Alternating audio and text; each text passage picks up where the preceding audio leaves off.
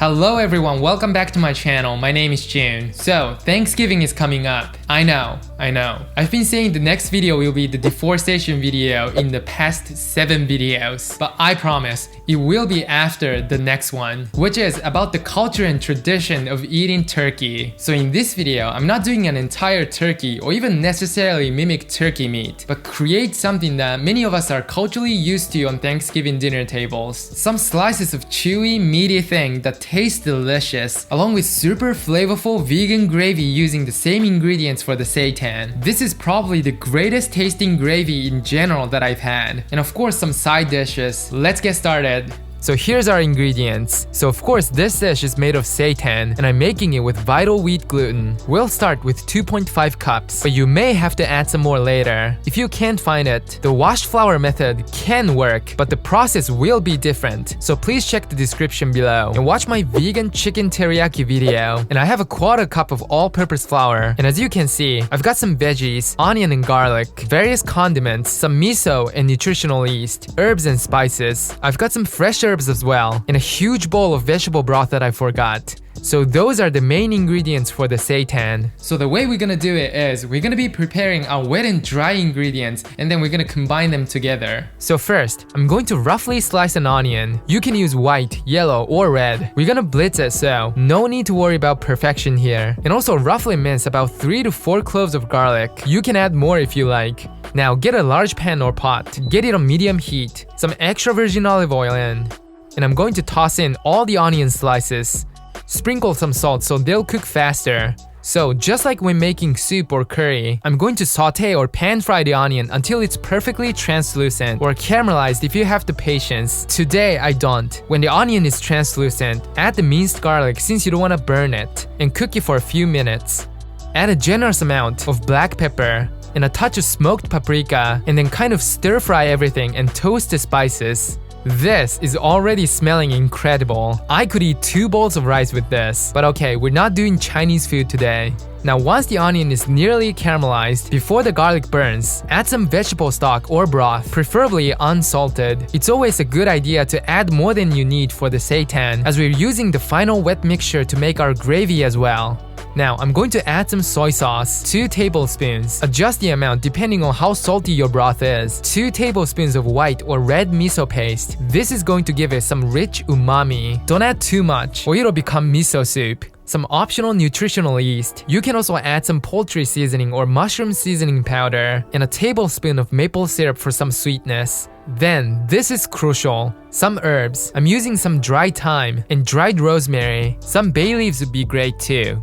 You can also add a block of tofu for some extra protein, or some chickpea protein powder as well. The reason I'm not adding any of these is because I'm using the final wet mixture for the gravy as well, so I'm keeping it as flavorful and liquidy as possible. It can seem very messy and like I don't know what I'm doing, but our dry ingredient will be pretty much just vital wheat gluten, so to flavor it, we're just throwing everything in the wet mixture. Now, I'm just going to let it simmer for a few minutes. Oh wow, the room is already smelling like Thanksgiving. So this is basically a soup that's packed full of flavor and umami. Now, I'm going to blitz and blend everything with a hand blender. Again, I'm not worried about perfection, since I don't mind onion pieces in my slices of seitan roast, and we're gonna strain this for the gravy anyways. Now, our wet mixture is done. I'm just going to let it cool. Once it's cooled, I'm just going to save about 3 cups of it for the gravy, and I have the rest in this large bowl. So set it aside. Now grab another bowl, and to that, I'm adding 2.5 cups of vital wheat gluten and a 1/4 cup of all-purpose flour, and give it a quick mix.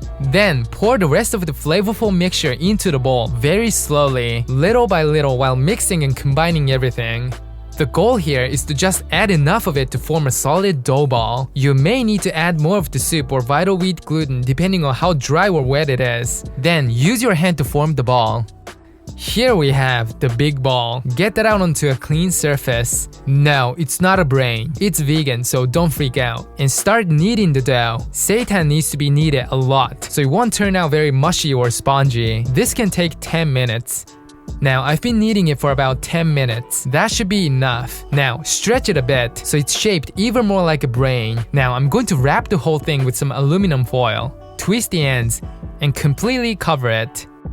Grab a pot with adequate water in it, and I'm going to steam it. If you don't have a steamer, you can put a bowl in it, and then put the ball in, and cover with the lid. So it'll take about 40 minutes to cook the seitan. Alternatively, you can also boil it in broth, but our dough already has all the flavors in it, so that's why I'm steaming it. When it's almost ready, preheat the oven to 400 degrees Fahrenheit or 200 degrees Celsius. Now, it's been 40 minutes. Take it out. Be careful not to burn yourself.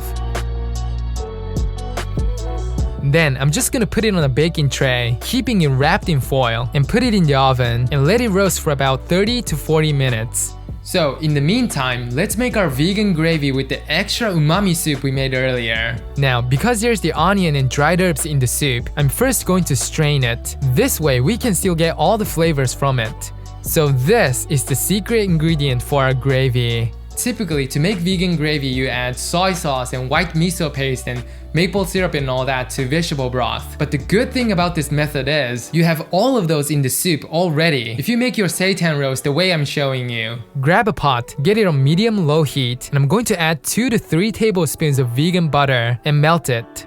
Then add a 1/4 cup of all-purpose flour and try to combine the butter and flour. This is going to thicken up the gravy.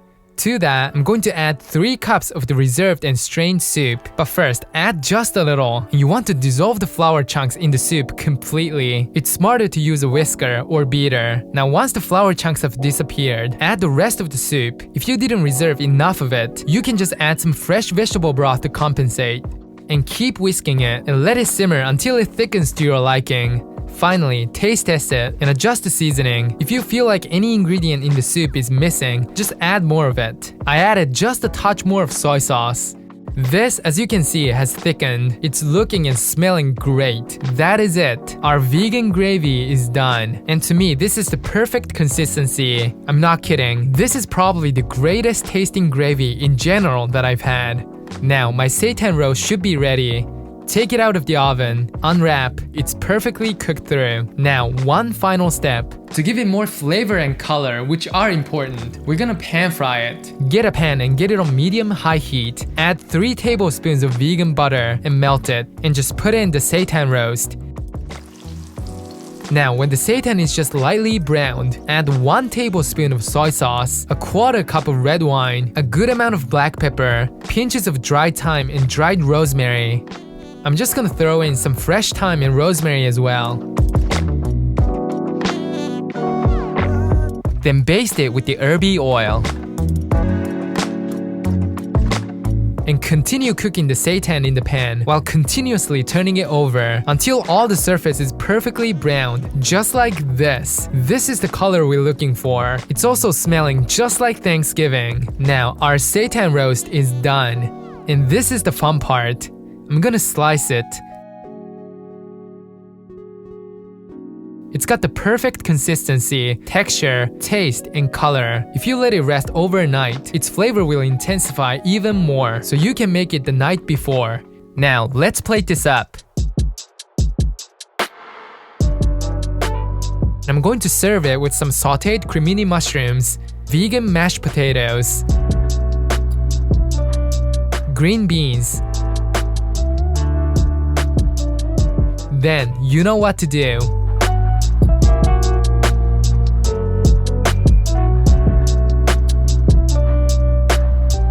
So, here we have our perfect vegan Thanksgiving dinner. It looks amazing and tastes delicious. And with this dish or dishes like this, we can give thanks and spread gratitude without harming a turkey, while still appreciating and embracing the culture and tradition that we grew up with our families. Alright guys, that is it for today. I hope you guys enjoyed this video. If you did, please give it a thumbs up. And remember to share this video with your vegan and non-vegan friends and family and just impress everyone. Also, in a few days, I'm going to be posting an educational/informational video on Thanksgiving and turkey. So please stay tuned. Thank you so much for watching. Happy Thanksgiving.